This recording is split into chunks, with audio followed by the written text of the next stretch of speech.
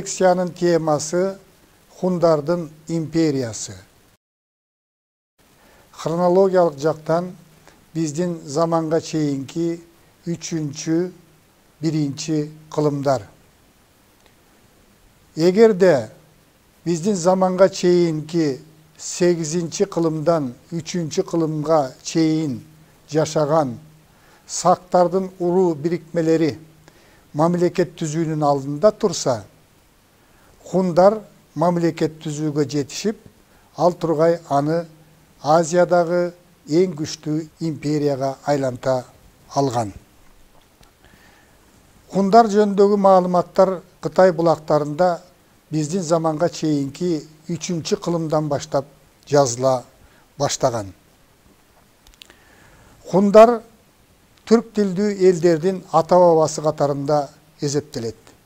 Түрк тилдүү элдердин ата-бабасы болгондон кийин, албетте хундар кыргыздардын дагы ата-бабасы болгон.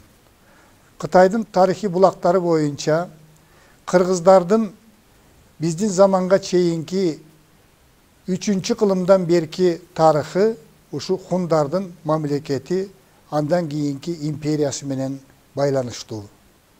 Кыргыздарды хундардын императору Моде Шанюй биздин эрага чейин 201 жылы басып алгандыгы жөнүндөгү маалымат Кытай булактарында так жазылган. Демек кыргыздар биздин заманга чейинки 3 кылымдан баштап адегенде хун мамлекетинин, андан кийин хун империясынын тарыхында бирдикте өнүккөн. Биз кыргыздар хун империясынын түзүлүшүнө, анын экономикалык жактан күч алышына, руханий байлыгынын өсүшүнө, согуштук өнөрүнө кыргыздар дагы чоң салым кошкон деп ачык айтсак болот. Анткени адабиятчылардын, тарыхчылардын жана манас таануучулардын пикири боюнча биздин руханий байлыгыбыздын туу чокусу болгон Манас эпосундагы айрым өзөктүү окуялар ошол хун доорунан башталган деген божомол бекеринен айтылбайт. Анткени хундар өзүнө кошулган элдердин, анын ичинен кыргыздардын жардамы менен Борбордук Азияда өзгөчө биздин заманга чейинки 3 кылымдан 1 кылымга чейин чоң империя түзүп, согуштук өнөрү боюнча эң алдыга чыккандыгы белгилүү. Манас дастанында айтылган элдердин, кыргыздардын ушул кытайларга жасаган жортуулдары, ошол хун доорундагы хундардын империясынын өзүнүн территориясын кеңейтүүгө кылган аракети, өзгөчө Кытайга Пекинге чейин ийгиликтүү жортуул чабуул жасагандыгы жөнүндөгү маалыматтар Манас эпосундагы окуяларды эске салат.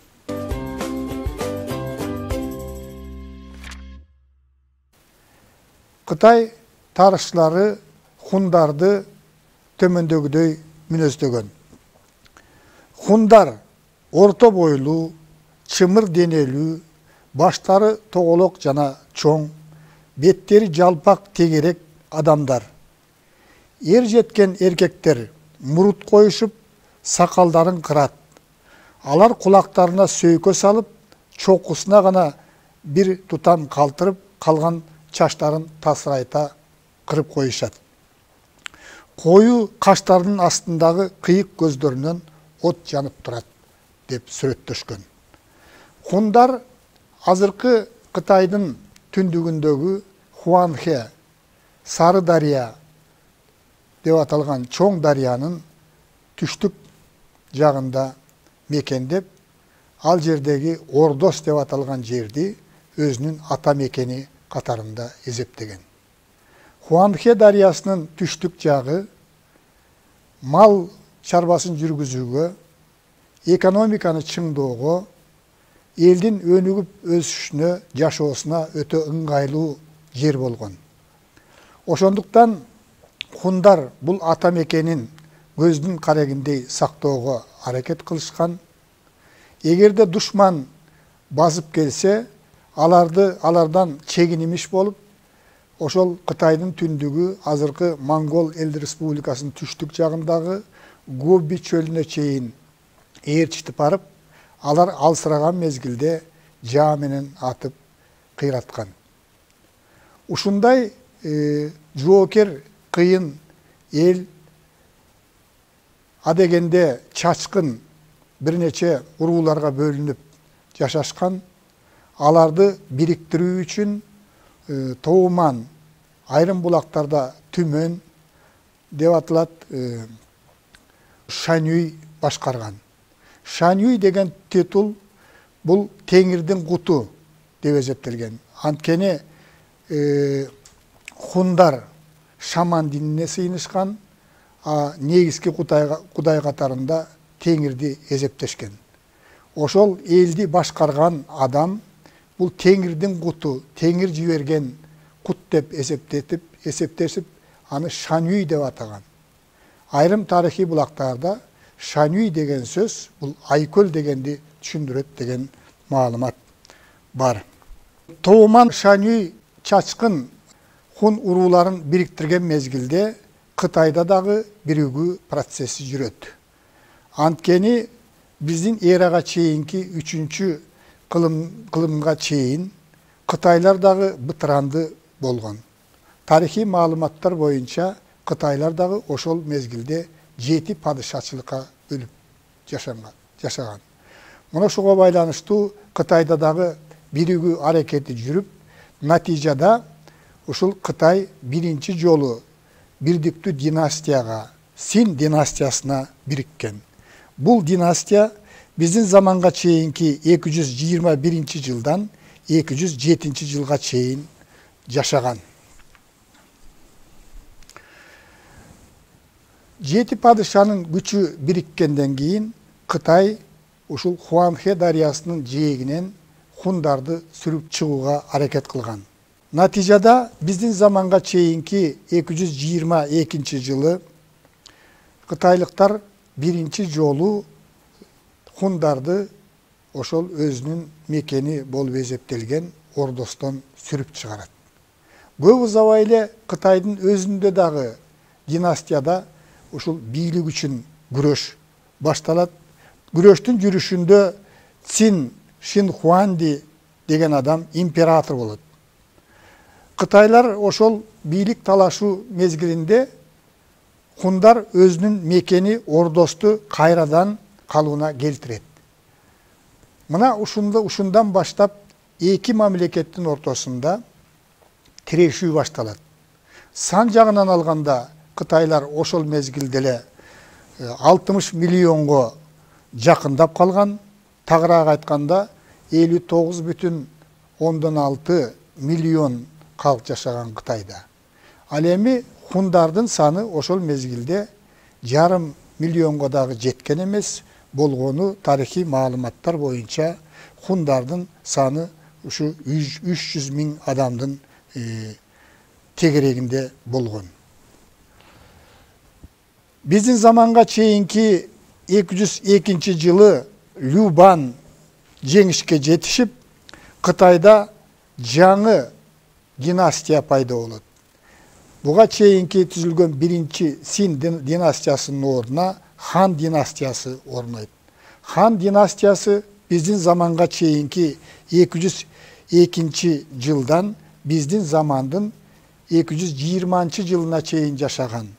Тактап айтканда 4 кылым жашаган династия.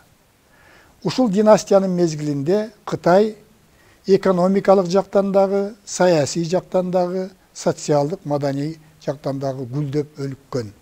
Азыркы кытайлар ошол мезгилдеги, ушул эки доор тогошуп аткан мезгилдеги Хан династиясын абдан урматтап, ошол Хан династиясынын мезгилиндеги өзүнүн тарыхын өздөрү даңазалашат. Азыркы кытайлар өздөрүн ханзулар деп, ошол Хан династиясын негиздеген адамдардын тукумубуз деп сыймыктануу менен эсептешет. Мына ошондой шартта хундар өзүнүн жерин сактап калыш үчүн, өзүнүн согуштук күчүн арттыруу үчүн жанында турган күчтүү империя болгон хан династиясына каршы туруп, керек болсо үстөмдүктү колго алыш үчүн аракет баштайт. Ал үчүн буга чейин хун мамлекетин негиздеген Тоомандан же болбосо түмөндөн да күчтүүрөөк адам керек болгон. Мындай адам ошол Тоомандын улуу баласы Моде болгон. Бирок Тооман Модени мураскор кылып дайындабастан экинчи аялынан туулган эркек баланы мураскор деп жарыялайт. Модеден кутулуш үчүн ошол хундарга жакын жашап, күчтүү мамлекеттик бирикме катарында эсептелген юэжилерге тынчтык мамилени түзөбүз деген шылтоо менен Модени ак үйлүүгө ошо сый туткун катарында ошол жака жөнөтүп жиберет. Тооман уулунан Модеден кутулуш үчүн, эгерде мен кол салсам юэжилер Модени өлтүрүшү мүмкүн деген жаман ой менен капысынан юэжилерге кол салат. Бирок жаштайынан кыйын өскөн акылдуу Моде ошол мезгилде юэжилердин ичинен жакшы күлүк аттандап, анан качып чыгып, ушу хундардын арасына келет. Элдердин кысымы менен Тооман чоочулап, уулуна бир чакан отряд камдап берген. Мына ошол отрядка жетекчи болгондон кийин Моденин мына жоокер катарында, кол башчы катарында мүмкүнчүлүктөрү ачыла баштайт. Ал өзүнүн жоокерлерин атканда ышкырык сыяктуу үн чыгарган жебе менен куралдандырат. Ошолдун өзүнүн отрядында темирдей бекем тартип орнотот. Анан өзүнүн аскерлерин өзү кайсыл тарапка, кандай жаныбарга жаа тартса, ошол тарапка ойлонбостон туруп ок атууга үйрөтөт. Моденин ушул согуштук өнөрүн арттыруудагы, бийликке умтулуудагы аракетин көрсөтүш үчүн эл арасында ошол доордон ушул күнгө чейин уламыш сакталып калган. Бул уламыш боюнча биринчи жолу Моде өзүн туткундан, юэжилердин туткунунан куткарып келген аргымак күлүк атты көстөй жаа тартат. Аскерлеринин бир тобу Моденин буйругу боюнча аргымакка жаа тартат. Бир нече жоокерлер мындай күлүк атты өлтүрүүнүн зарылчылыгы жок дегендей кылып жаа тартпай коет. Ошол жерден эле Моде жаа тартпай койгон жоокерлердин башын алдырат. Дагы бир жолу Моде өзүнүн жакшы көргөн аялына капысынан жаа тартат. Бу жолу дагы жоокерлердин көпчүлүгү аялын көздөй, Моденин аялын көздөй жебелерин жөнөтүшөт. Ал эми жебе тартпай койгон жоокерлердин башы дагы алынат. Дагы бир убакыт өткөндөн кийин аңчылыкта жүргөн мезгилде капысынан Моде атасын атат. Калган жоокерлердин бардыгы тең ошол Модени кайталап, ошол жерден эмне болгондугун түшүнбөй, туман дүйнөдөн кайтат. Бул окуя биздин заманга чейинки 209-жылы болгон. Ошентип Моде атасынын ордуна хундардын теңир куту Шанюй болуп калган. Ал бийликти колго алгандан тартып эле мамлекетте өтө бекем тартипти орнотууга аракет кылган. Уруулардын санына, чоң уруулардын санына жараша мамлекетти 24 өзүнчө бир административдик бөлүккө бөлгөн. Шанюйдун өзүнө тиешелүү 10.000 аскери болгон. Ал эми 24 жанагы бөлүмдүн жетекчилеринин дагы өздөрүнө тиешелүү аскерлери болгон. 24 даражага бөлүнгөн хундар негизинен 3 топко жиктелген. Биринчиси хан тукумдары, экинчиси тектүү ак сөөктөр, үчүнчүсү уруу башчылары. Теңир куттар, мисалы хан тукумдары кийинки эки бөлүктөгү адамдар менен биргелешип мамлекетти башкарган. Хундарда граждандык укуктар туруктуу жөнгө салынган. Мисалы, оор күнөө кылган адамдар токтоосуз түрдө өлүм жазасына буйрулган. Жеңил күнөө кылган адамдарды беттери тырык кылып тилип салуу шарты болгон. Ууру кылгандарды өзгөчө катуу жазалаган, ууру кылгандар өлүм жазасына тартылып, алардын үй мүлкү конфискацияланган. Жортуулга биринчи жолу чакырганга бардык хун, эр жеткен хундар милдеттүү болгон. Согуштук тартипти бузгандар, ошол аскерге кызмат кылуудан баш тарткандар бардыгы тең өлүм жазасына тартылган.